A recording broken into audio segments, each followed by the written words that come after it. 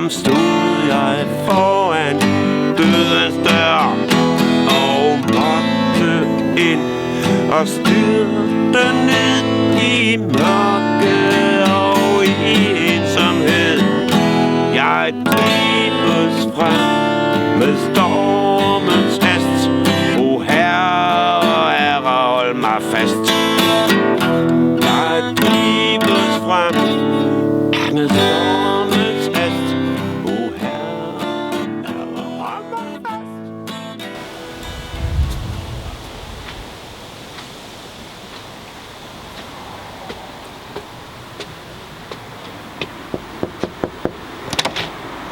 Hej og velkommen til Stubben. Jamen her kan du se, her er nogle madvarer, som er doneret, og det er firmaer, det er almindelige mennesker, som i den grad har lyst til at være med til at støtte op om arbejdet. Det er også her, du kan finde madplanen for dagens og ugens menu, og hvad der ellers kunne være af andre aktiviteter i løbet af ugen eller den kommende tid. Jamen herinde, det er jo så varmestuen. Det er det sted, hvor mange mennesker igennem ugen og året kommer. Det er en varmestue for rigtig mange mennesker. Et sted mellem 50 og 60 kommer hver dag og spiser morgen, middag og aften. Og det er ikke kun at få varm mad. Det kan også være, at man skal have en madpakke med hjem til weekenden, eller et andet måltid mad med til weekenden, som man kan varme i en eventuel mikroovn, eller man bare spiser, som den nu er, når den er tøet op. Og det er frivillige, som hjælper til, men der er også ansat en økonoma og en ernæringsassistent, som er med til at sørge for, at maden er sund og nærende, og at der er variation i den mad, de får, de mennesker, der kommer her. Køkkenet er meget lille, vil vores madmor sige, men det fungerer til trods for, at der kommer så mange. Og vi har en elite smiley, så det er vi sådan rimelig stolte af. Der er meget kontrol med, at maden også bliver lavet i nogle ordentlige rammer, og at det er i orden, når de her mennesker, som jo går på gaden, eller som ikke har andre steder at få ly for dagen og vejen, at de så kommer herind i varmestuen. Men det er jo ikke kun mad, man kan få her. Man kan jo også få en samtale med mig eller med assistenten. Man kan få tilbud om fodpleje. Man kan få hjælp til at få syet sit tøj op, eller få syet nogle gardiner, eller få andre ting. Man kan få avisen, som kommer hver dag og får mulighed for at læse avisen. Man kan få hjælp til snart set alt det, man har brug for. Så der er rigtig mange gode ting at hente, når man kommer i Kirkens Kors her på Stubben, og i det hele taget i de varmestuer, vi har rundt omkring i landet. Når man sådan går videre ind igennem huset, så vil man også kunne få en mulighed for at få en snak med assistenten, hvis man har brug for, at her kan I se, der er nogen, der har doneret hundemad for eksempel, fordi mange af de brugere, der kommer hos os, de har hund eller de har kat, og så er der en mulighed for, at man kan få noget hundemad med hjem. Det her er for eksempel på, at nogen har haft en nederdel, som man godt lige ville have syet op. Og så kommer Connie og syr den og ordner den. Og så er det jo en god ting for den her borger. Udover at man kan få syet sine ting, så er der også mulighed for at få doneret tøj løbende her. Posten kommer ind til beboerne. Vores vagtskemaer er sat i system, sådan så man ved lige præcis, hvornår man har vagt. Haven og huset i det hele taget emmer jo af aktivitet, når der ellers er mennesker omkring os. Men medicinudlevering kan man få her, og man kan også få en snak. Når vi er gået hjem om aftenen klokken 7, så bliver den her dør lukket. Og så er rummet her beboernes dagligstue. Her kan de sætte sig ned og hygge sig med hinanden. De kan læse aviserne, de kan se fjernsyn, de kan se film. De kan i det hele taget have det her fælles rum for sig selv, og da de jo har deres eget værelse til daglig, så er der nogen, der indimellem har brug for også at lige at sætte sig og hygge sig. Og i dagligdagen bliver døren her åben ind til varmestuen, som er en del af fællesskabet derinde. Jeg hedder Johnny Reimer, og jeg bor i Helsingør-området, og derfor er det nærliggende for mig at have kendskab til det her sted, der hedder Stubben. Når man holder dagbladet, den lokale avis, så bliver der skrevet en del om Stubben, gudskelov.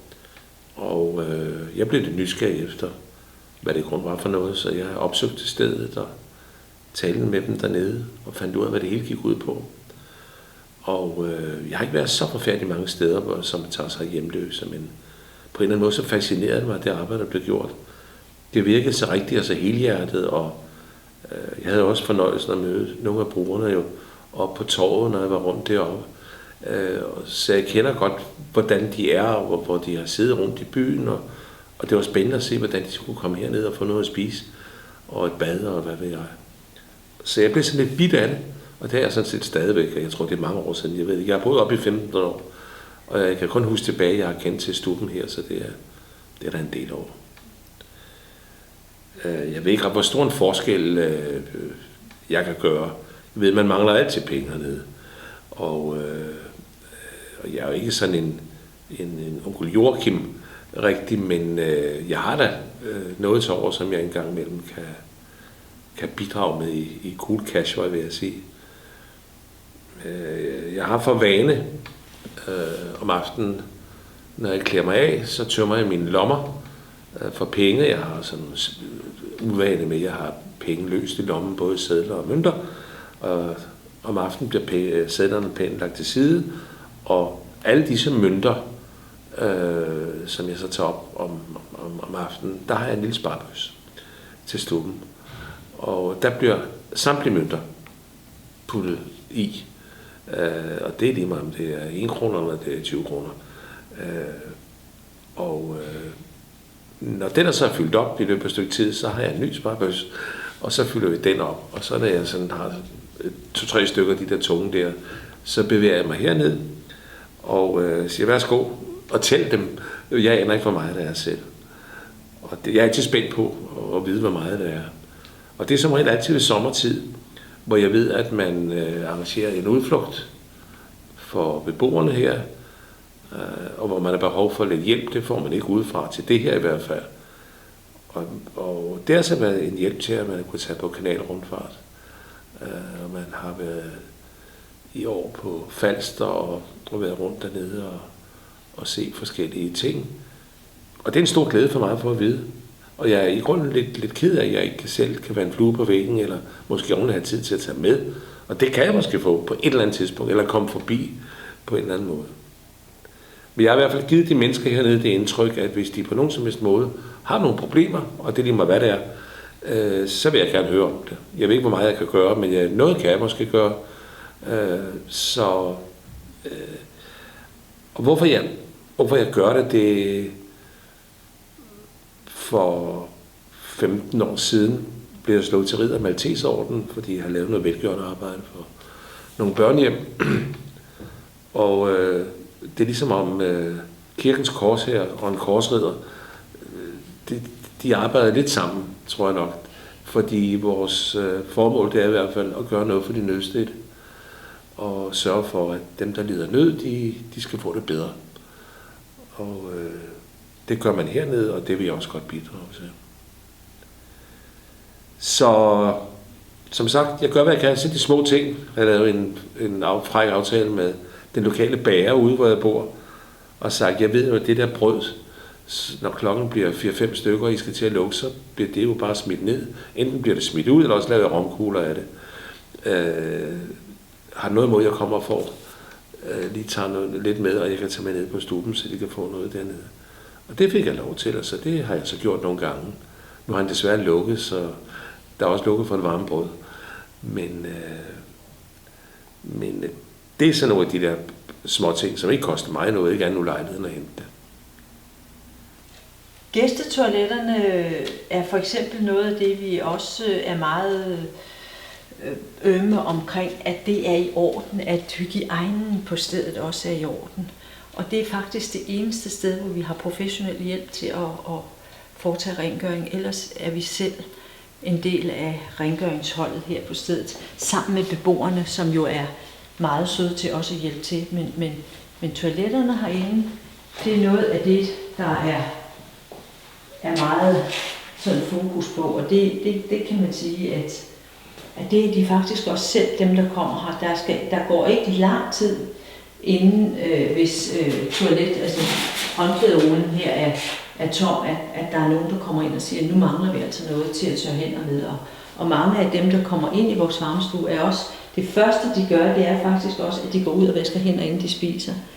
Så nogle af de der sådan helt elementære ting, det er vigtigt, at det er på plads.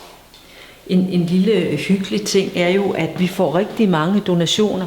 Eksempelvis at det her verdenskort er også en af donationerne, vi arvede. Og det har vi meget glæde af, fordi det at stå og kigge på alle kortene og se i verden, hvor har vi været henne, og hvem har været her, og hvem kan være det, og hvem kommer herfra, og så videre, så videre. De er meget sådan sjove, hyggelige ting, som vi jo alle sammen synes er sjove. Det kan man få en god tid til at gå med og stå og fortælle hinanden om, hvis der er ved at være uvejr undervejs, eller der er ved at optrappe en situation i varmestuen. Så kan man lige gå herud, og så kan man få fred for alt det larm, der måtte være i varmestuen. En anden lille hyggelig ting er også, at en af vores beboere, han synes, det er fantastisk at klippe ud fra aviserne alle de tegneserier, der er. Og det kom han hver dag, med de her sjove, hyggelige ting, som han fandt på bagsiden af avisen eller i bladene. Og dem skulle vi læse. Og nu har vi så lavet hans helt egen opslagstavle, som også er sådan et dagligt skue, man kan give sig til at kigge lidt på. Så er det, som jeg siger, så er det her, jeg bor. Her bor jeg inde. Men vi har jo også en præst tilknyttet. Og det er Jørgen Ingberg Henriksen, som er korshærspræst. Og når han er her hos os, så har han kontor her. Men det er sådan set ikke kun ham, der har kontor. Det er også sådan, at små foreninger kan komme og fotokopiere, hvad de har. Eller vores varmestuegæster eller beboere kan bruge IT til at gå på nettet, eller til at surfe lidt, som de nu har brug for. Det kan også være, at det kan være socialrådgiver, praktikanter, som jeg har, som har det her som deres base, hvis de har brug for at have klienter inde. Og så er det sådan almindeligt, at sagsbehandlerne i kommunen, hvis borgerne helst vil have, at de kommer til os, jamen så er det også det kontor her, de bruger. Så det er sådan et mangfoldigt kontor af mange forskellige kan bruge. Og det er egentlig meget rart. Lige nu er der legnet op til sommerferie i næste uge, hvor vi skal en tur til Falster. Så derfor har vi bedt damerne op i genbrugsbutikkerne om at samle lidt håndklæder og dynebetræk og sådan noget fra til, at vi skal have med på ferien. Og så er det som sagt herinde, det er mit kontor. Det er her, jeg har min daglige gang. Og hvor tingene sker, og hvor jeg kan sådan lige have et kig ud i haven og se, hvad sker der lige derude, og er der noget, jeg lige skal tage mig af, eller holde styr på. Og ellers er det jo herfra, at man kan komme ind og få en snak, og da regnskaberne bliver ført, fordi vi er jo en lille organisation, som jo på alle måder klarer tingene selv. Og blandt andet er regnskaberne jo noget af det, jeg bokser lidt med, og sørger for at få det på plads, og kommunikation til forskellige sager, som skal hjælpes på vej med af borgerne eller brugerne, der kommer her, hvor jeg skal lave en anke, eller hvor jeg skal lave en ansøgning til kommunen, eller hvor jeg skal lave en ansøgning om aktindsigt, eller alle de der ting, som er forbundet med at være leder her. Og dem er der mange af, rent administrativt, men det er jo også, at de her mennesker, som jo kommer her, bare kigger ind og sætter sig ned og får en snak og hygger sig lidt med os og sætter sig her og bare har brug for at blive anerkendt for det menneske, de nu er. Og det er faktisk utrolig givtigt, at man kan lige sådan komme indenfor og sætte sig ned og mange gange har de egentlig ikke så meget, de vil sige, men de sætter sig bare ned og strækker benene ud, og ja, så går der en halv time med det, og så har de egentlig synes, at det har været godt lige at komme ind og sige hej. Og så er der jo alle de der gode ting, man får doneret, som så bliver solgt i genbrugsbutikkerne, og nogle af dem vil de frivillige gerne have lige kommer forbi mig, fordi når man har sådan en lille kongelig figur her, så ved man ikke måske lige som frivillig, hvad skal den sættes til. Og så vil man gerne have, at lederen lige kigger på den og siger, om den skal I nok tage et par 100 eller 300 for. Og så bliver der sat pris på det, og så bliver det solgt i butikkerne. Og når alle de her gode ting så bliver solgt i butikkerne, jamen så kommer de herned til os på Stubben som en del af aktiviteten hernede, altså den økonomiske del af det. Så lad os prøve også lige at gå ud og se resten af huset. Det her er adgangen til beboernes boenhed, og der går vi ikke op, fordi det er privat. Men beboerne bor i 3 forskellige enheder og afdelinger oppe. Og her er opslagstavlen med de forskellige effekter, eller ikke effekter, men eksempelvis er der nøglen til skuret, og der er også nøglen til postkassen, sådan så de i weekenden, hvor vi ikke er her, kan gå ned og hente posten, eller gå ud i skuret, hvis græsset skal slås. Og så er madplanen, så de er klar over, hvad får de i næste uge, og ellers hvad der sådan er af orienteringer, beboermøde og så videre. Huset her bliver jo besøgt af cirka 1000 mennesker om måneden. Og det er jo ikke kun beboere og varmstuegæster. Det er også de anonyme alkoholikere og anonyme narkomaner, som kommer og bruger stedet her.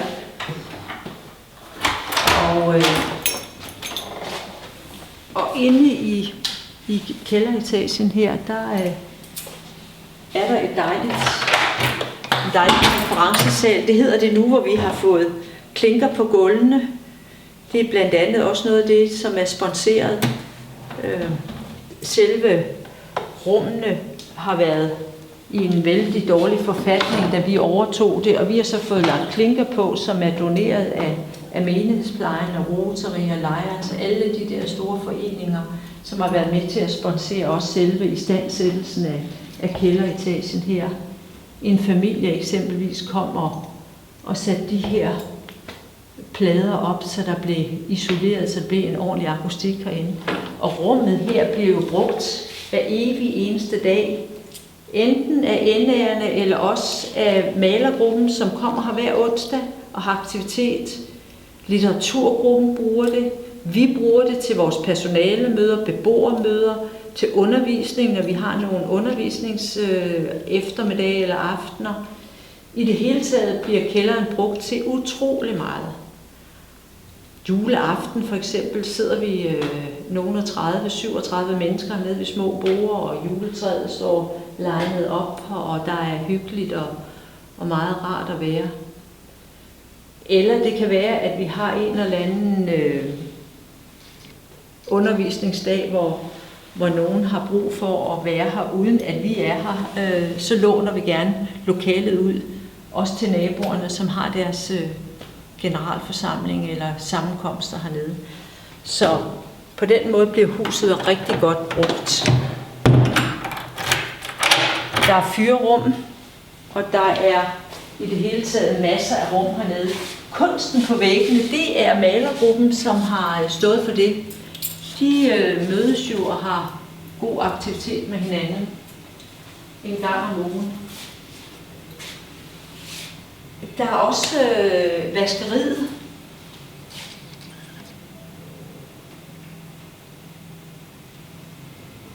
Vaskeriet, som bliver brugt af utrolig mange mennesker også. Og det er igen ikke kun beboerne, det er også folk udefra, som har brug for at få vasket. Vi har sådan et møntsystem, og vi hjælper gerne, hvis det er, de har brug for det.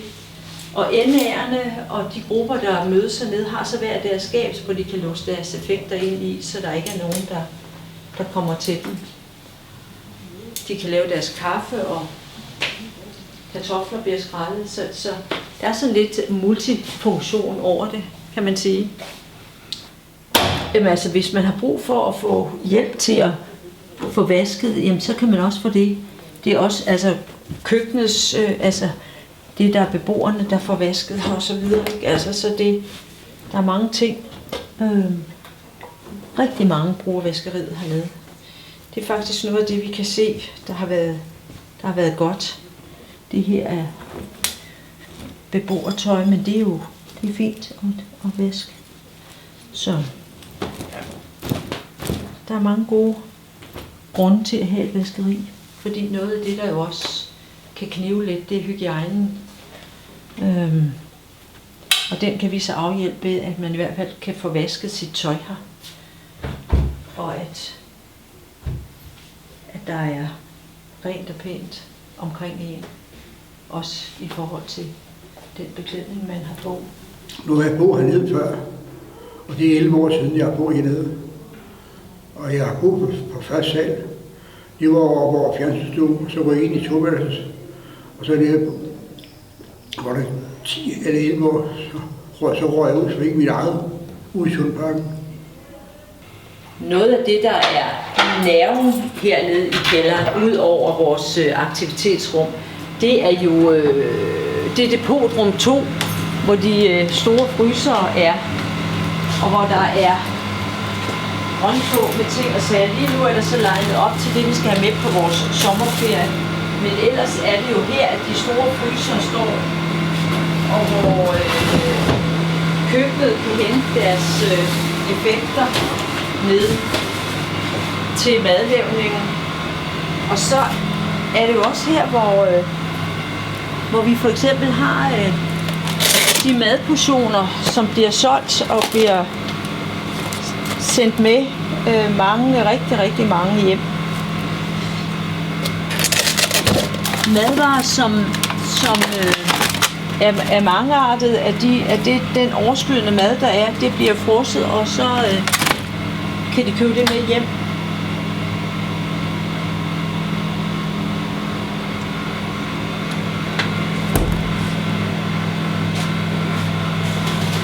Ja. Men det er jo for eksempel også, at noget af det, vi får doneret, for eksempel af brød og ja, hvad der kan være af ting og sager.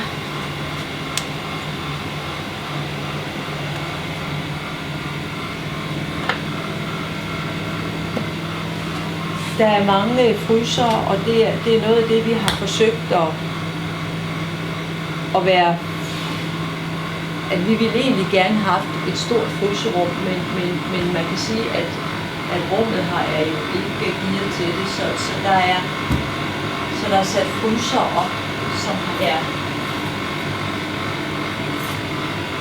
indrettet på hver sin måde med, hvad der nu måtte være af forskelligt pålæg og mad og grøntsager. Der er meget god styring på, hvad kommer i den frys, og hvad kommer i den. Og det er jo noget af det, som levnedsmiddelkontrollen også er meget ind over. At alting skal ligesom være i orden. Det her er også et depotrum. Det er jo igen et rum, hvor her er køleskabe, og der er fryser. Og så er der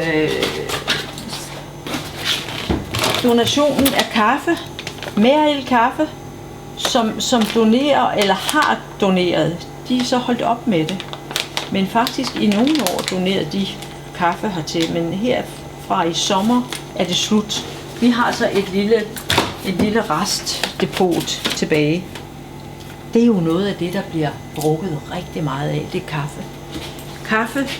Kaffe bliver doneret fra Merrild indtil for et halvt år siden, og nu er det slut, så nu skal vi selv ud og købe kaffe.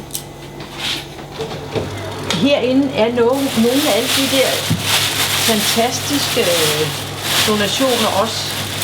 Altså se nu lige her, gulerødder af egen avl, biologisk, dynamisk, økologisk, fantastisk, hvor en familie er kommet med det.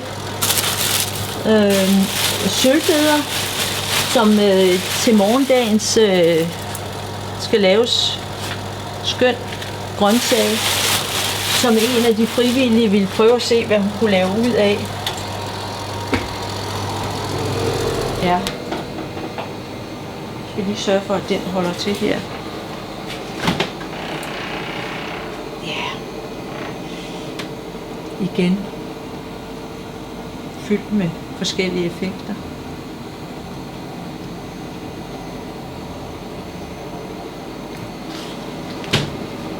Men helt klart, altså, de her donationer betyder jo rigtig, rigtig meget. Det her for eksempel, det er vores pålægsfryser, hvor det er sat i system, ikke? Hvor det er leverpostej, og hvor det er pålæg af forskellige, fordi vi smører jo rigtig, rigtig, rigtig mange madpakker. Fedtemaderne er gratis om aftenen, men skal de have lidt pålæg på, så skal de betale for det.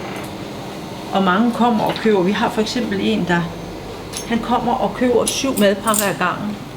Fordi så synes han, så har han lidt derhjemme. Det kan vi andre måske synes, at det er en lidt sjov måde at disponere på, men sådan er der rigtig mange sjove episoder hernede. Ja, det sidste rum er det er fyrrummet. Og fyrrummet er jo der, hvor vi opbevarer igen, når plejehjem eller hospitalskøkkener eller hvad det måtte være, store institutioner skal have nyt, jamen så ringer de til os og spørger, har I brug for noget? Det her er for eksempel også en donation, og det har vi så, når vi så har nogle store sammenkomster nede i fællessalen, jamen så kan vi bruge det. Det er her, hvor vi har indgangsservice og så videre, ikke?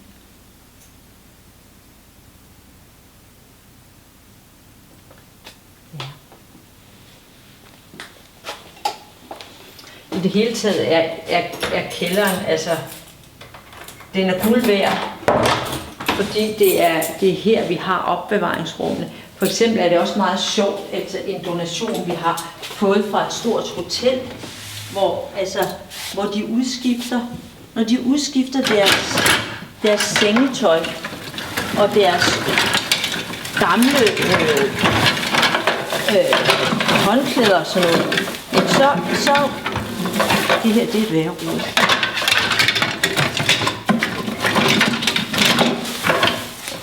Så har vi lavet sådan en lille pakke her. Nu er det nogle af de sidste. Men hoteller, de har det åbenbart sådan med, at de må kun have dyner og hovedpuder. Vandrehjemmet eksempelvis. der får vi også deres gamle dyner og sådan noget. Her er der så de her fine hvide inde på hotellet, et stort hotel inde i København, med et lille sæbe og nogle håndklæder. Så har man ligesom det, man kan sige, der er sådan noget godt gedint over at få sådan et hvidt håndklæde. Det må jo ikke hvidt så lang tid ad gangen, men det er så i hvert fald et eller andet. Hvad hedder sådan noget? Det hedder wellness. En lille wellness-pakke får de så. Og det synes de faktisk er rigtig sjovt at få med hjem. Og vi tænker tit på, at det der fine hvide noget, hvor længe må det er hvidt. Men sådan er det. Så er der sådan også et godt opbevaringsrum herinde, hvor igen nogle af de ting, der bliver doneret, har hovedpuder, dyner, ja, alverdens ting kommer ind. Tøj, som bliver lagret og stablet. Vi har for eksempel kørt et natprojekt, hvor vi har haft døgnåben i vinter, i de koldeste måneder i vinter. Og der har vi fået mulighed for at få nogle penge fra PUF, altså puljen til udsatte grupper. Og der har vi blandt andet købt madrasser, som de hjemløse så kan komme ind og ligge på inde i det andet rum. Det er for eksempel også, når beboerne her flytter ud, eller andre, som flytter i egen lejlighed, og som ikke har penge til at købe inventar. Det kan være almindeligt porcelæn, men det kan jo også være møbler osv.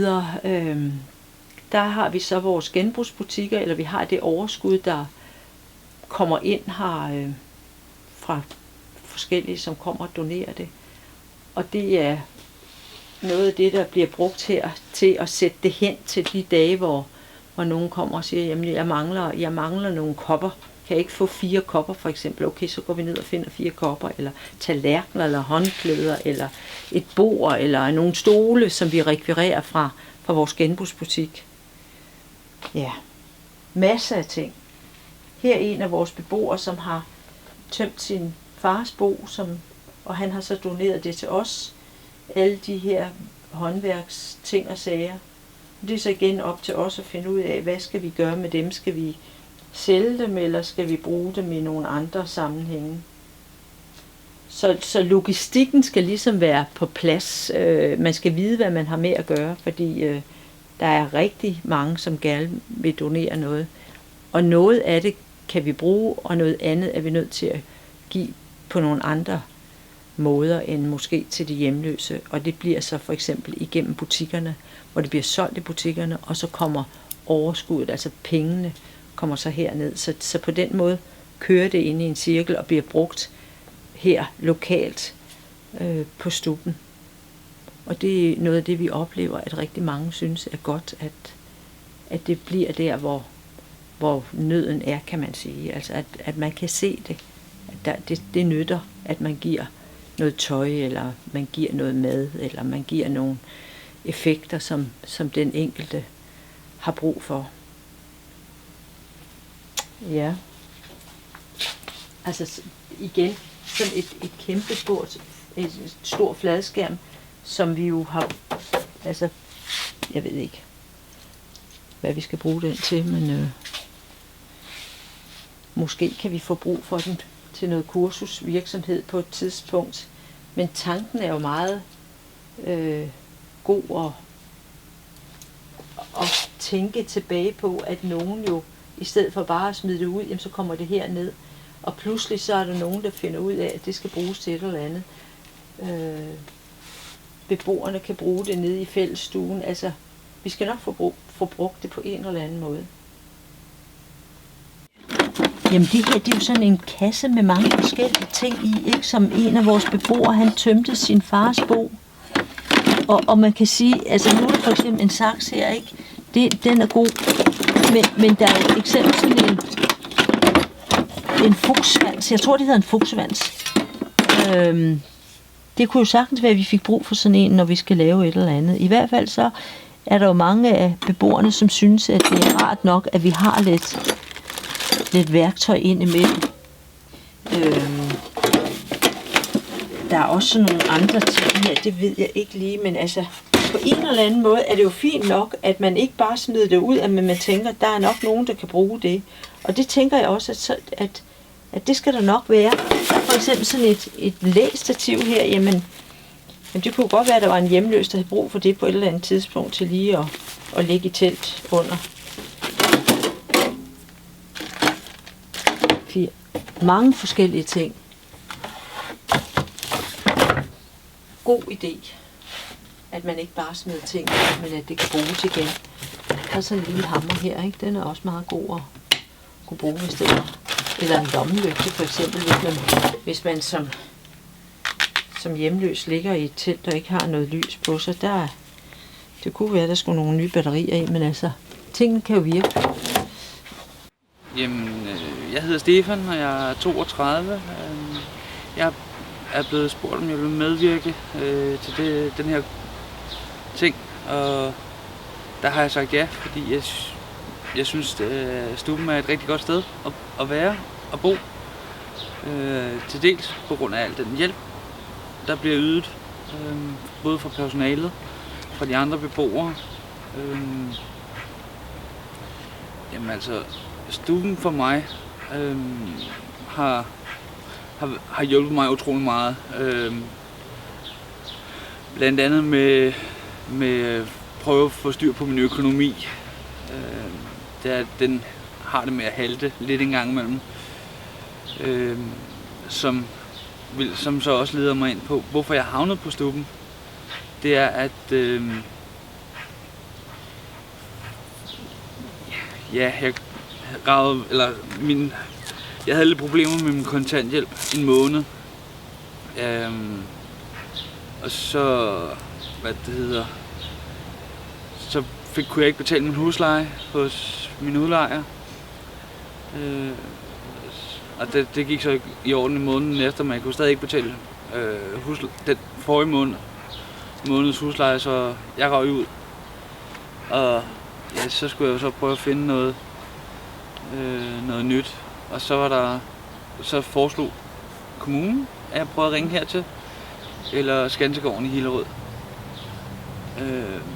Jeg føler mig så også utroligt privilegeret ved at være her. Også fordi, at da jeg blev hjemløs, der havde de et værelse der, efter jeg kom til møde med Annette, hvor jeg så kunne flytte ind den 5. august sidste år.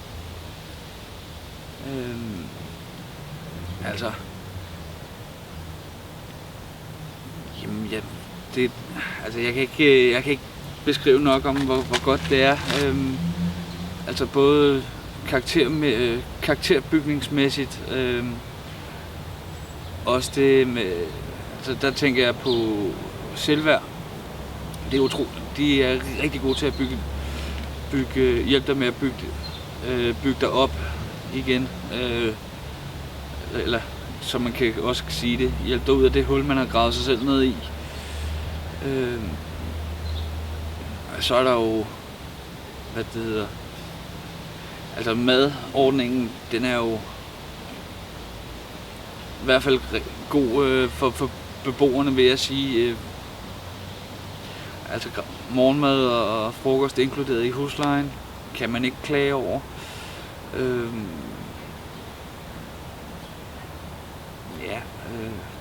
Altså generelt utroligt sødt personale. Villige til at hjælpe, hvor de kan. De nærmest smider alt, hvad de har i hænderne, hvis man spørger om hjælp. Og det samme med beboerne, så frem man er kommet ind på livet af dem. Jamen altså, så er der ikke nogen steder, hvor man ikke kan få hjælp, så længe man spørger. Altså, jeg vil så også vente om at sige, personligt, der har jeg altså sådan, at jeg kan rigtig godt lide at være social.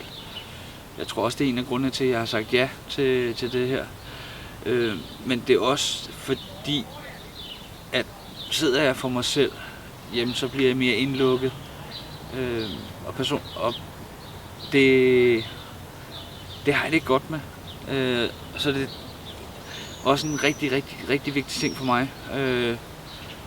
At have mennesker omkring mig. Og det har jeg her. På længere sigt, så er det jo så, at jeg skal ud og have mit eget på et tidspunkt. Men hvornår, det tør jeg ikke sige, fordi der er det, at vi kan bo her lige så længe vi vil nærmest, så længe vi føler, at vi ikke er klar til at komme ud og sidde i egen lejlighed.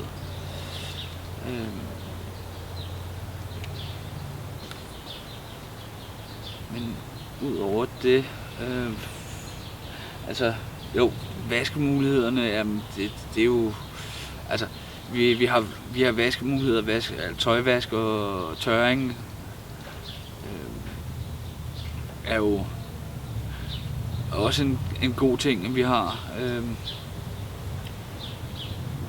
Og prisen kan man heller ikke klage over. En 10'er per vask og en tørring. Så er der også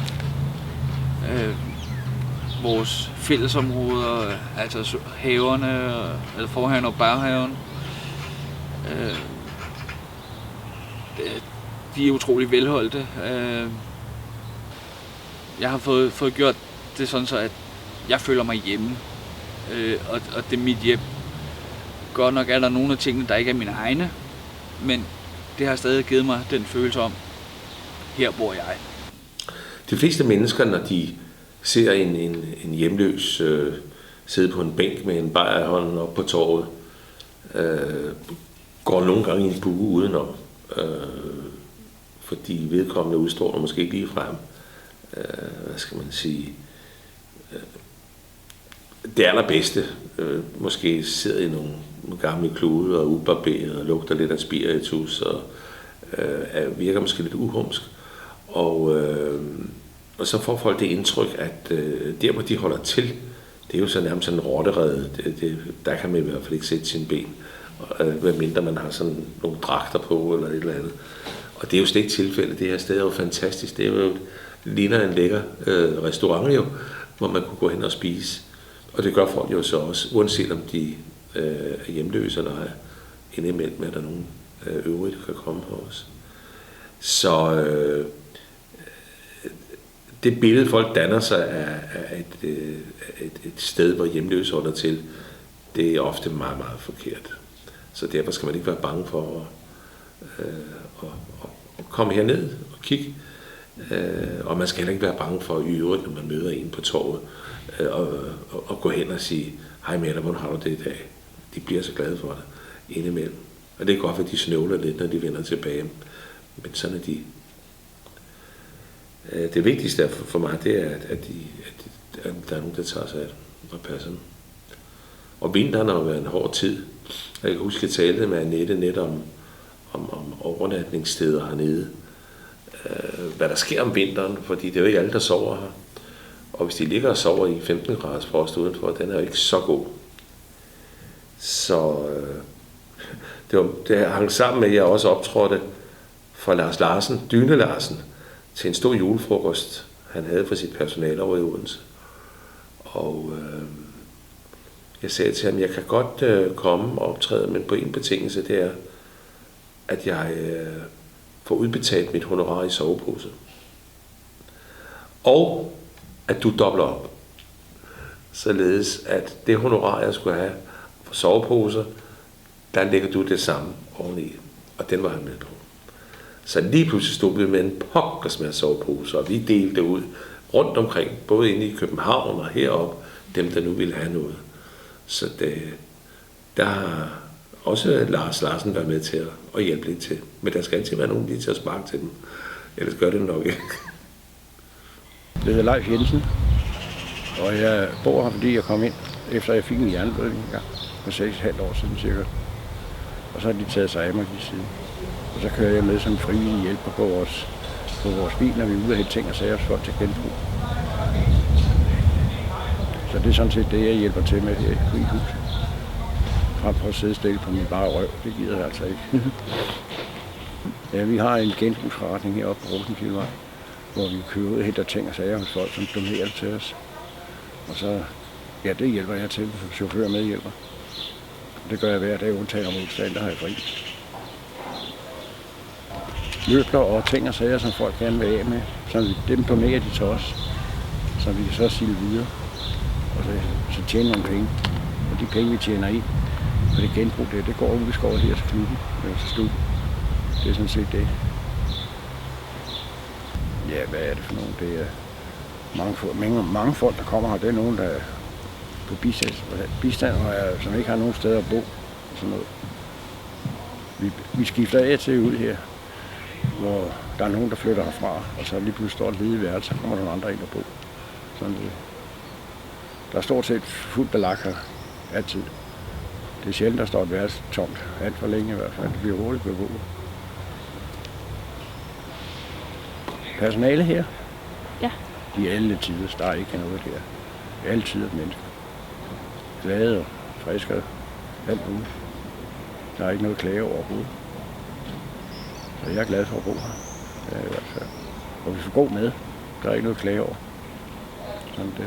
Vi har vores køkkenchef, Kirsten, derinde. Det er hende, der står for det.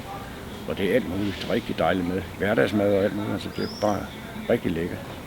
I de år, jeg har boet, har jeg i hvert fald ikke fået. Jeg har ikke fået noget, jeg ikke kunne lide nu. Sådan det var. Og nu er jeg altså også født, så jeg ikke må være kredsen, det er jeg opdraget med. Bare spiser, der kommer på bordet. Sådan det, jeg skal du skrue i sengen uden mad. Den sagde min far altid til mig. Og så sagde han også, at hvis ikke du spiser op, knægt, så kan du skrue i sengen uden mad, og så kan du få det måltid med varm mælk på. Sådan er det. Sådan er jeg opdraget. Så der er ikke noget der.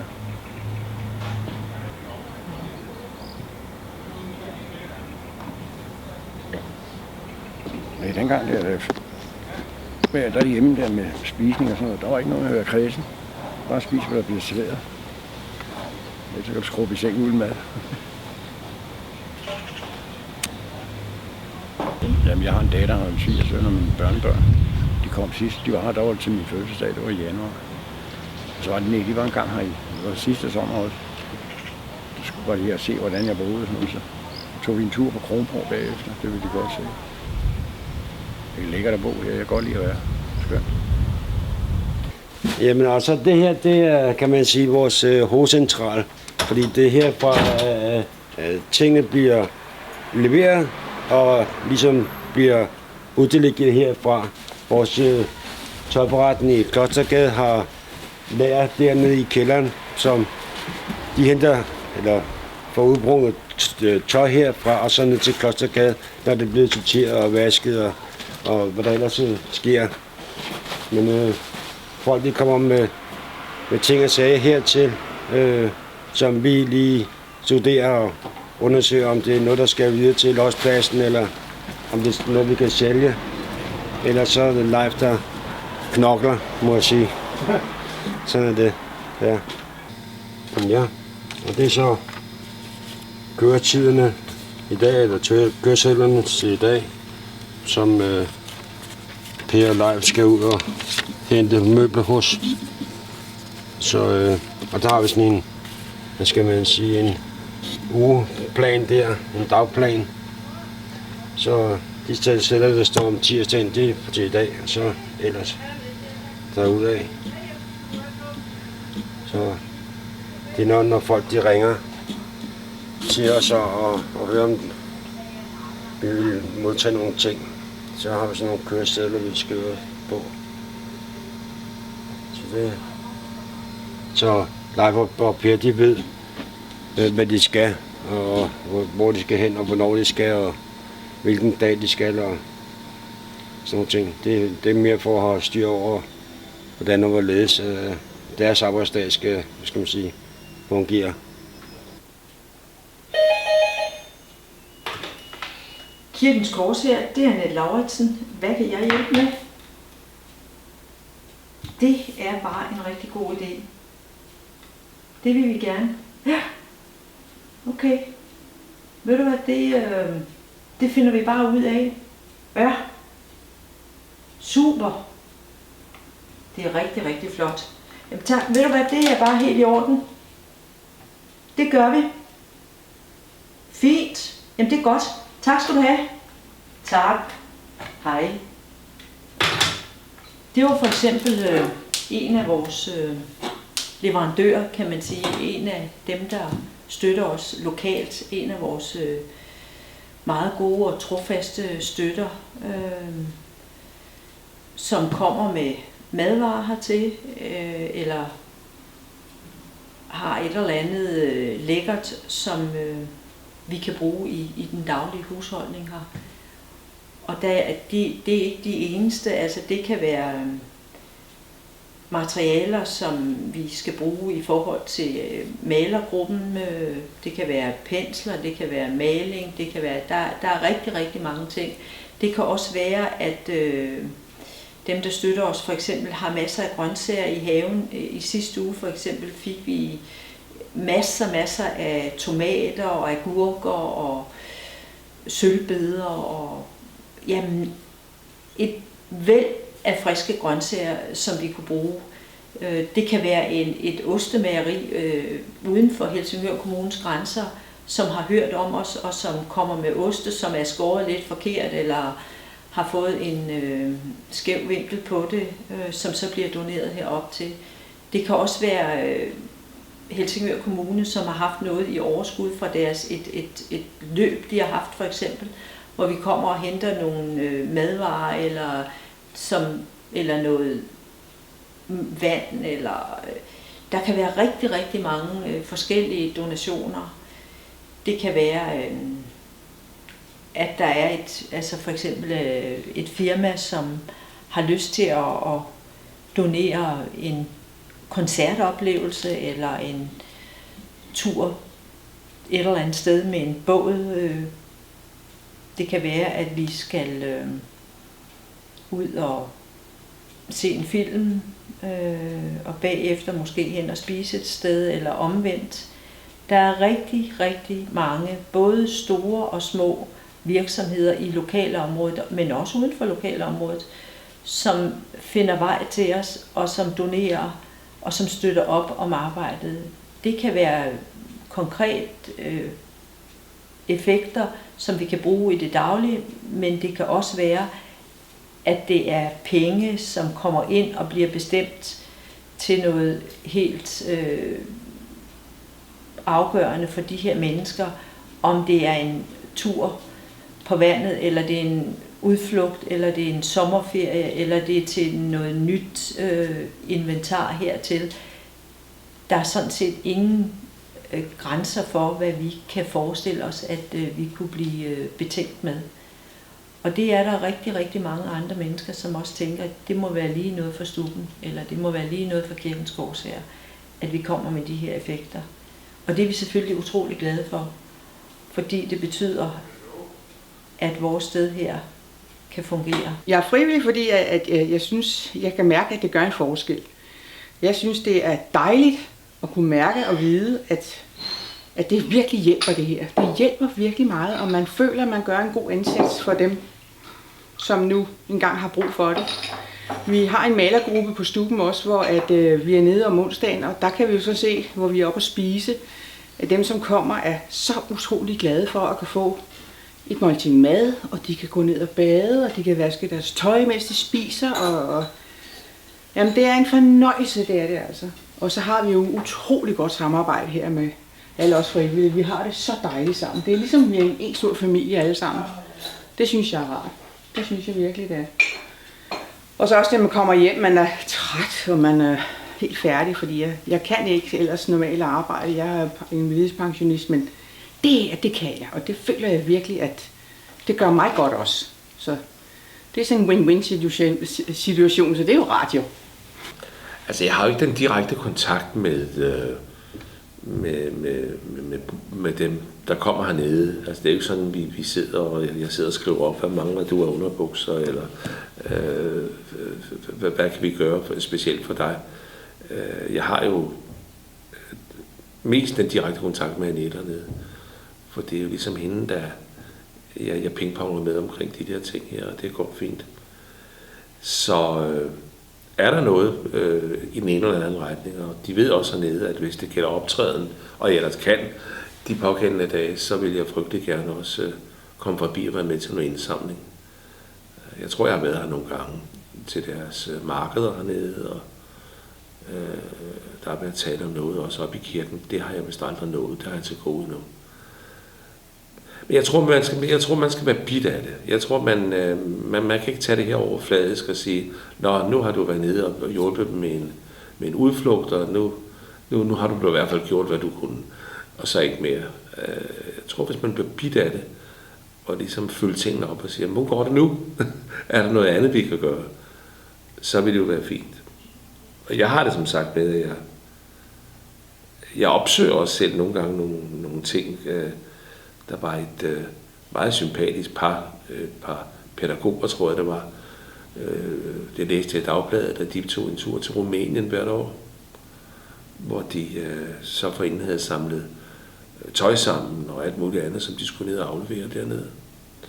Og nu havde de et problem, fordi institutionens varebil var blevet solgt. Den kunne de ikke råde, det går mere, nu kunne de ikke komme afsted. Og det synes jeg var synd for dem. Så jeg opsøgte dem og sagde, hvad er problemet? Ja, det var den der varebil. Så sagde han, lad mig hjælpe, om jeg kan finde ud af noget. Og så ringede jeg rundt til en masse udlejningsfirmaer og sagde, at det er mig, og så kunne de pludselig godt, så havde de tid til at snakke. Og så prøvede jeg at presse dem, hvis jeg hører en gang, det er et godt formål, vi kan sådan og sådan og sådan og sådan. Og det er mig, der skal betale resten. Og det endte med, at vi fik nogle gode ordninger, og så fik vi sendt pigerne afsted dernede, og det var hun meget glad for. Eller det var de meget glade for, der var jo 2 stykker. Så jeg opsøger også selv problemer nogle gange, så jeg følger med i Dagbladet og siger, hvem har brug for lidt hjælp fra Joyne Reimer i dag? Men det er i det små hele tiden. Det er jo ikke de store ting. Det er ikke de store ting, men jeg har det meget godt med bare, også når det er i småtingsafdelingen. Hvordan blev du modtaget? Som en kendis eller som et almindeligt menneske? Altså, når jeg henvender mig rundt omkring, så ved folk jo som regel godt, hvem jeg er. Og det vil sige... Jeg tænker også mere hernede. Hernede? Okay. Ja, når jeg kommer herned på besøg en gang imellem, så... Ja, altså personalet og Annette, de kender mig jo. Altså, det er jo ikke noget med, om jeg er den ene eller den anden. Har jeg på fornemmelse, sådan virker det i hvert fald ikke. Og selvfølgelig er der nogle stykker af dem, der kommer hernede, som Johnny i dag og så videre, de kender mig jo sådan mere overfladisk. Men det er jo ikke noget, der generer mig på nogen som helst måde. Tværtimod. Det er kun smirrende, og det er kun hyggeligt. Og det samme er jo, når mange af dem, jeg har mødt, sådan, dem møder jeg jo altså så ude i byen. Og der kommer de også lige hen og lægger armen omkring skuldrene og siger, det er godt, Johnny, du er en god dreng, siger de så. Og det er jo dejligt, det varmer sådan noget der. Og det er jo dejligt, når det er koldt og vinder i hvert fald. Så vi har netop lige drøftet hernede muligheden af at finde ud af, hvordan vi kan få lavet noget varmestue. Og jeg er stadigvæk sådan lidt rystet over, at vores myndigheder ikke tager sig lidt mere af sådan nogle ting der. Der bliver givet frygtelig mange penge til støtte til sport og til kultur. Jeg tror slet ikke drømme om, hvad der bliver hældt af penge i toldkammer, hvor man laver koncerter, og i værftet dernede. Og sådan nogle småpenge i forhold til, som gør, at måske en halsnæs hjemløse, men ikke skal ligge og fryse og være blodet kugle udenfor. Det kan man så ikke bevilge, og jeg kan slet ikke finde ud af sammenhængen i det der. Det er godt, jeg ikke er politiker. Men vi må slå lidt i bordet en gang imellem. Der er ikke andet for. Hvordan vil du opfordre til, at private folk kan komme ind og hjælpe her? Hvad kan de gøre af forskel? Altså andre kan jo følge mit eksempel. Hvorfor ikke tage den med sparebøssen? Find en lille smart. Man kan også bare tage en lille flot glas og sådan noget, der pynter lidt. Det vil jo ikke være en grim sparebøs. Men i hvert fald, så put et par mønter i hver dag. Det behøver ikke være 20 og så videre. Nøjes med en krone, eller en daler, eller 2 kroner, eller 5 kroner, hvad man nu vil. Men hvis vi havde 5.000, 10.000 mennesker her omegnen, der gjorde det bare med en 5 kroner, når de havde det, så havde vi rigtig mange penge til mange ting, der kunne gøres. Så det vil jeg meget gerne opfordre folk til at tage den tradition op. Det er i hvert fald cool cash, hvor man kan hjælpe med, og hvis mange begge små, det kan blive til noget. For ret meget andet kan vi ikke gøre. Altså der er gudskelov frivillige hernede, som tager sig at hjælpe med rundt omkring i køkken og haver og hvad ved jeg. Men der er selvfølgelig også brug for professionel hjælp indimellem. Vi har også en Facebook-side, og vi var faktisk nogle af de første i Kirkens Korshær, som, hvis ikke vi var de første, som kom på Facebook. Og vi havde på et tidspunkt en beboer, som var færm til at lave sådan en Facebook-side, ikke? Og her kan man jo se på de sociale medier her, at sådan en som Johnny Reimer for eksempel, altså er en af de der gode støtter, hvis man sådan går lidt ned. Altså på den her side kan du se, der er han til et stort stubbemarked den første lørdag i juni måned, hvor vi altid har. Der står han jo og synger, og der er masser af aktivitet. Men han er jo ikke en, der bare sådan lader det være ved det. Han kommer også ind og donerer nogle af de der gode penge, han har i lommerne til os. Og senest her har han faktisk doneret næsten 6.000 kroner, så det har været rigtig godt. Men Johnny er jo ikke den eneste, der er med på beatet her hos os. Det er der faktisk rigtig mange, hvis jeg lige sådan går ind på billedgalleriet. Og ja, det er vi er jo også interesseret i at vise, når der sker noget nyt, for eksempel i Helsingør Kommune, hvor vi skal alle sammen være på NemID og digital post, jamen så har vi haft kommunens Tom og Lotte hernede og fortælle om det at komme på nettet.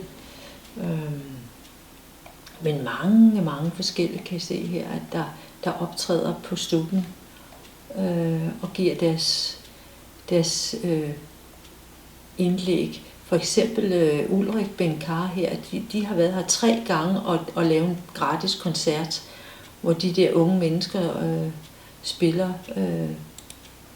og viser, hvad de kan af god musik. Ja, det er for vores påskefrokost, når vi har påskefrokost her, som er meget populært, ligesom julefrokosterne er. I det hele taget gør vi meget ud af at slå op på siden. Her er også nogle meget søde og hyggelige billeder. Det er vores gæstehus, hvor beboerne, altså da Bodilstormen kom, jamen så røg taget af vores gæstehus, og det tog beboerne simpelthen i egen hånd og sagde, det kan ikke nytte noget, der skal nyt tag på. Og det gik de så i gang med. Eller når vi skal have en ny kartoffelskræller, så er madmor med på at få den sat op, og nogle af de andre hjælper godt til.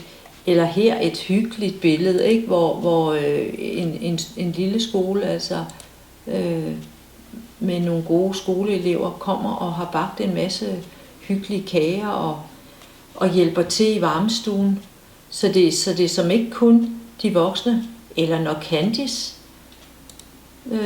giver koncert til fordel for Kirkens Korshær her hos os, eller når grøntsagerne de bliver høstet, og hvor vi synes, at det er lidt fedt at vise, at det er nogle af vores beboere, der helt og holdent har stået for det. Eller hvor vi for eksempel medvirker i en tv-udsendelse, hvor Claus Meyer og viser os vej med god kost, og vi bliver sejlet ud omkring Kronborg, og nogle af de lokale viser, hvordan at de også gerne vil være med til at donere noget her hos os. Op til valget for eksempel, der kom vores nye borgmester, Benedikte Kjær, og nogle af de lokale byrådspolitikere for at få de her mennesker til at stemme, selvom det måske ikke er det, de giver sig allermest i gang med. Altså, så holdt vi her et godt vælgermøde. Her er vi på cruise med færgerne og en tur med bus langs med Strandvejen eller Her er vi på kanalrundfart. Ja, der er mange. Der foregår meget. Det må man sige.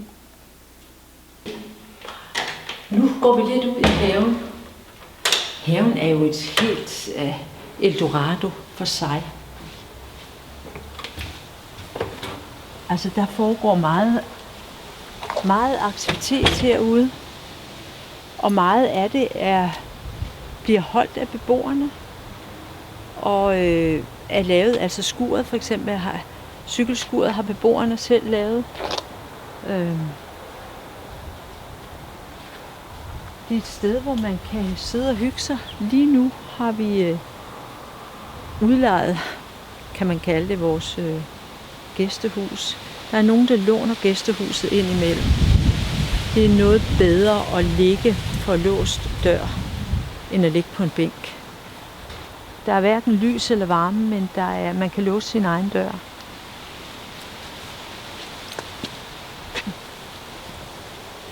Her er, altså, haven er jo indrettet med mange forskellige små kroge, og man kan sætte sig lidt i sin egen verden, og man kan være der på egne betingelser.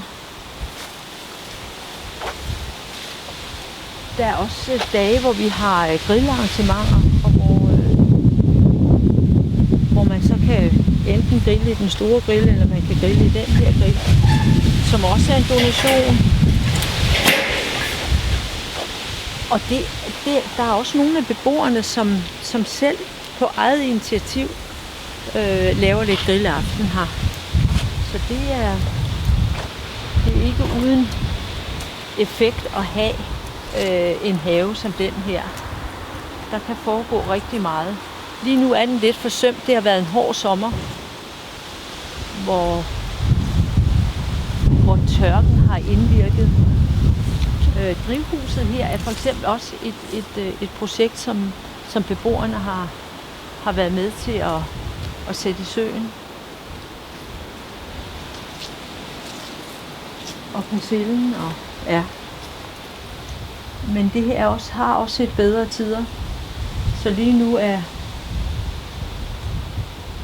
er det lidt tørt.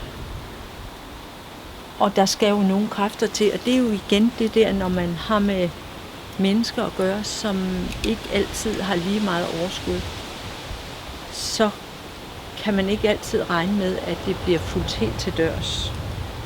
Og for ikke altid at kompensere for den der mangel på opfølgning, så prøver vi også nogle gange at sige, jamen så må det være sådan. Så de nogle gange også oplever, at det kan godt være, at jeg lige skulle følge lidt mere op på det, end som så. Og når vi så får de henvendelser, at nu vil de gerne i gang igen, jamen så går vi i gang igen. Men de er jo godt klar over, at det kræver, at de jo også selv skal være med indover, og det har de bare ikke altid lige energi til. Hundehusene er også en donation, vi har fået fra den gamle borgmester i Helsingør Kommune. Vi troede, at hundene, når de var med deres brugere, gerne ville ligge i et hundehus. Det er de bare ikke så vilde med. Så fandt nogle af de hjemløse ud af, så kunne de ligge derinde, og det synes vi var ikke helt sagen. Så derfor har vi banket husene til, så nu står husene der mere som miljø, end de står til gavn for hundene. Men at have sådan en have som det her, giver faktisk et godt miljø. Der skal man ud og være sammen med nogle af beboerne, så er det en rigtig god måde at få en snak i gang, i stedet for at sidde ved et skrivebord. Så meget aktivitet foregår faktisk også herude. Det seneste projekt, vi har lavet, det har været at få slået græs i det her bed. I stedet for at luge det, fordi det er jo, som jeg sagde før, ikke altid lige nemt at få fulgt op på det, man sætter i gang. Så efteråret byder på en større haveprojektering, tror jeg. Men det er godt at have noget i vente. Ja. Vi havde på et tidspunkt en beboer, som var arkitektuddannet og en meget dygtig arkitekt. Og han, som alle andre, kan man jo, om man er arkitekt eller privatpraktiserende læge eller hvad man er, så kan man jo komme ud i et misbrug, som man ikke selv lige kan styre. Og Kirkens Korshær er jo for alle, uanset kultur og økonomi. Alle er velkomne i Kirkens Korshær. Og den her mand, som boede hos os, synes, at vi godt kunne trænge til at få gjort noget ved vores forhave. Så forhaven er faktisk arkitekttegnet og tænkt ind i en ramme, som er rigtig, rigtig vigtig for os, der nu har fået, hvor vi nu har fået forhaven. Altså at der er blevet et lille aflukke, og at blomsterne, altså rosenbedet, er blevet afstemt. Der var en masse lavendler. Nu står der kun en enkelt eller to tilbage, fordi der er jo også det at sige til det, at når vinteren kommer, og der bliver smidt en masse salt, jamen så går tingene ud. Men i selve havehegnet er der variation i farver og i blomsterne, så det har han tænkt meget over, da han tegnede haven. Pavillonen derhenne er også igen en dejlig donation, vi har fået fra nogle naboer og fra en spillegruppe, der er knyttet til Helsingør. Og en kvinde, som synes, at det var godt, at vi fik et sted, hvor man kunne være i fred og ryge. Så det er, for nogen er det et orangeri, og for andre er det et akvarie, og for nogen helt tredje er det et rygeri og ikke et orangeri. Men for alle har det en god funktion.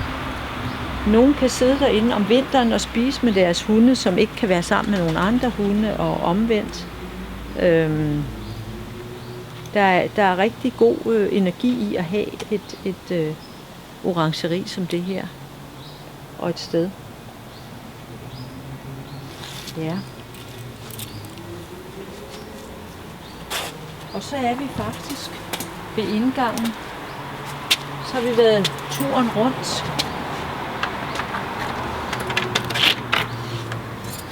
Og set en cyklus i Kirkens Korshær her i Helsingør, som betyder, at der er utrolig mange, der har glæde af at være her og komme her og nyder vores selskaber. Vi nyder deres selskaber ved, at vi har en betydning for dem, og de har en betydning for os, og at Kirkens Korshær er der uanset hvem du er og hvor du er i dit liv. At det er vigtigt at vide, at her kan du få den varme og den omsorg og det nærvær, der er brug for. Når det er, at livet overhovedet ikke hænger sammen, eller når du bare har en periode i dit liv, hvor du er trist, og hvor du tænker, at jeg er nødt til at have nogen at snakke med om det, eller jeg er nødt til at have nogen til at hjælpe mig lidt med at komme lidt videre. Fordi det sker jo også, at selvom vi ikke er et behandlingstilbud, jamen så er der jo rigtig, rigtig mange, som kommer ud på den anden side med et godt resultat og en god energi til at leve sit liv, også uden stoffer, også uden alkohol og uden psykisk sygdom. Og så vender de tilbage hertil og sidder måske og spiser en middag, eller bliver frivillige her, eller bliver en form for varmestuegæster, som kan et eller andet, og det kan være, at de kommer en gang imellem for at slå græsset, eller for at pudse vinduerne, eller for at hjælpe til med alt muligt andet praktisk.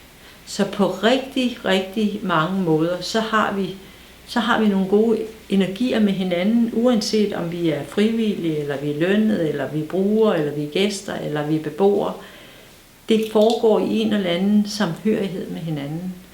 Det tror jeg, vi som mennesker har rigtig meget brug for. At vi ved, at der er brug for os, og at der er nogen, der tænker på os, og at livet er her for, at vi skal leve det, og vi skal have det godt. og at vi ikke skal dømme nogen, fordi de nu måske er kommet til det ene eller det andet, eller har haft en uheldig episode et eller andet sted i deres liv. Det er vigtigt,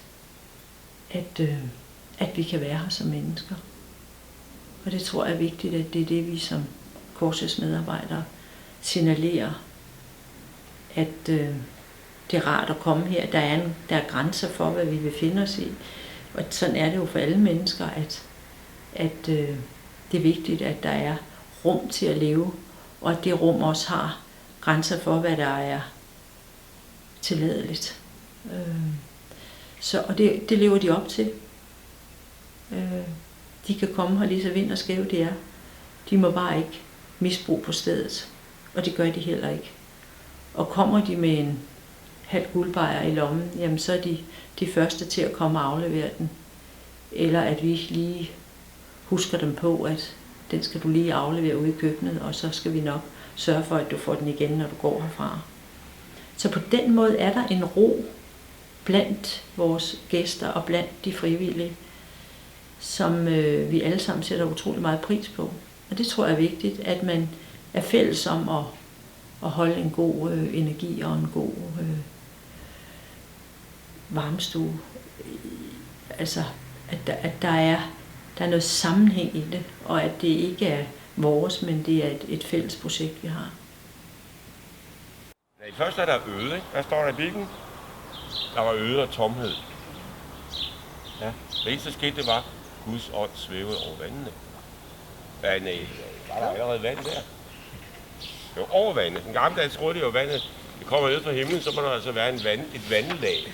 Ikke? Og så ovenover, der kommer så himlen, de syv himlen, og så de syv himlen.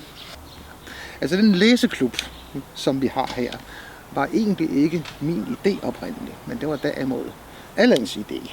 Og Allan er en af brugerne her på Stubben, og fandt ud af, at jeg, som hedder Mette, har beskæftiget mig med russisk litteratur, og kom hen og sagde, jamen, det lyder spændende, og kunne vi ikke lave en læseklub her? Og jeg havde overhovedet ikke forestillet mig, at det var noget, der kunne laves, men altså, hvorfor dog ikke? Så en dag så satte jeg et lille opslag op på opslagstavlen derinde, at hvis der var nogen her på stedet, som synes at en læseklub kunne være en god idé, så kunne de møde op, og så videre. Og så mødte der 2 fyre op, som vi ikke har mere, desværre. Men sådan begyndte det, og det begyndte så med, at vi skulle læse netop noget russisk litteratur. Og de var meget avancerede, de 2 herrer der. Så vi kastede os lige ud i Dostojevskij og tog noget af det der såkaldte anerkendte meget, meget svære. Der skete mange ting, og på den, lidt efter lidt så fandt vi ud af, at vi skulle ikke måske have sådan nogle lange tekster, men nogle kortere tekster, og måske skulle man ikke bare sådan måske skulle man ikke bare læse, men altså man kunne også samtidig skrive noget selv, og i det hele taget der så gik det sådan fra gang til gang med, at jeg blev inspireret til, at det kunne vi tage fat på, og nogen blev inspireret til at komme med nogle andre ting. Så jeg vil kalde det for sådan en ret organisk lille klub, hvor det hele altså ikke er på forhånd givet, hvad der skal ske, og hvad vi kan nå frem til, og det er i hvert fald først og fremmest ikke noget, der helst skulle minde om at gå i skole, vel? Altså med at lærerinden siger, der har vi læst på lektion, og så bliver man hørt, og så får man at vide, at noget er rigtigt eller forkert. Altså det skulle gerne være meningen, at hvad jeg ser der bidrager med det, som man har på hjertet, eller får idéer til noget, man selv kan forfølge, læse videre på, eller hvordan det nu skal være. Men lidt alvor og noget sjov og noget til tænkeren her. Det er sådan det hele handler om. Hvis hverdagens trummerum har været grå og hverdagsagtig og kedelig og triviel og grå, som sagt, så er man måske ikke i stand til at føle, så havde man bare rundt i den der eventlige masse, ikke? Så hvis man virkelig begynder at kunne fornemme noget, der er sødt og koldt, så kan man jo mærke efter igen på godt og ondt. Og så har jeg skrevet her igen for egen regning, som det hele er, at har man engang haft stress eller depression, og muligheden for et tilbagefald større, ikke? Men lige spørge dig. Ja. Altså i denne her afsnit her, Er der så ikke noget, altså kommer der så ikke noget med kærlighed ind, helt ærligt, altså som... Jo, men det kommer jo her med Lykke igen, ikke? Så er det til stede, ikke? Så at de som sidder til stede og drikker sukker og sne. Og nogen begynder at græde, og nogen begynder at le. Så der er vel noget med smerte og glæde. Altså, lægge krop til hinanden. Jo, men det, men det er noget med også, at man enten rent erotisk lægger krop til hinanden, eller at man tør at åbne sig, eller være sammen med et andet menneske. Ikke? Altså man tør at vende tilbage til livet igen. Altså når jeg er hernede, så lægger de selvfølgelig mærke til mig hernede, og ved godt, hvem jeg er. Og de er også stolte over at få taget et billede sammen med mig på en eller anden mærkelig måde. Men ellers synes jeg, at jeg passer godt hernede. Altså, der er ikke rigtig nogen hakkeorden og sådan noget. Jeg tror godt, de kan lide den måde, man bare sådan er ganske almindelig på, når man er hernede. I øvrigt er jeg altid ganske almindelig også derhjemme. Men det er ikke altid, folk forestiller sig, at kendte mennesker, det er nogen, der også bare kan være liv af den vej. Så det er hyggeligt, både for dem og for mig.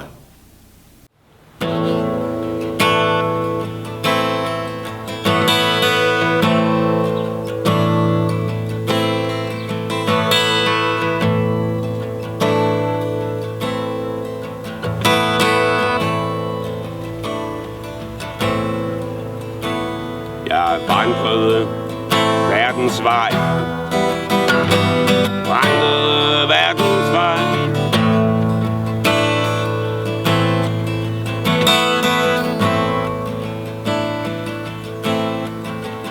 Ja, jeg vendte mig fra dig. Jeg vandrede verdens vej.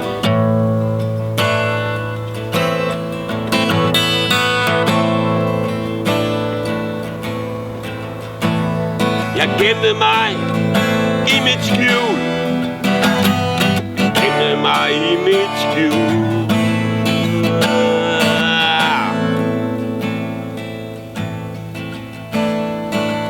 Nu kommer noget. Skønt din nåde er underfuld. Jeg gemte mig i mit skjul.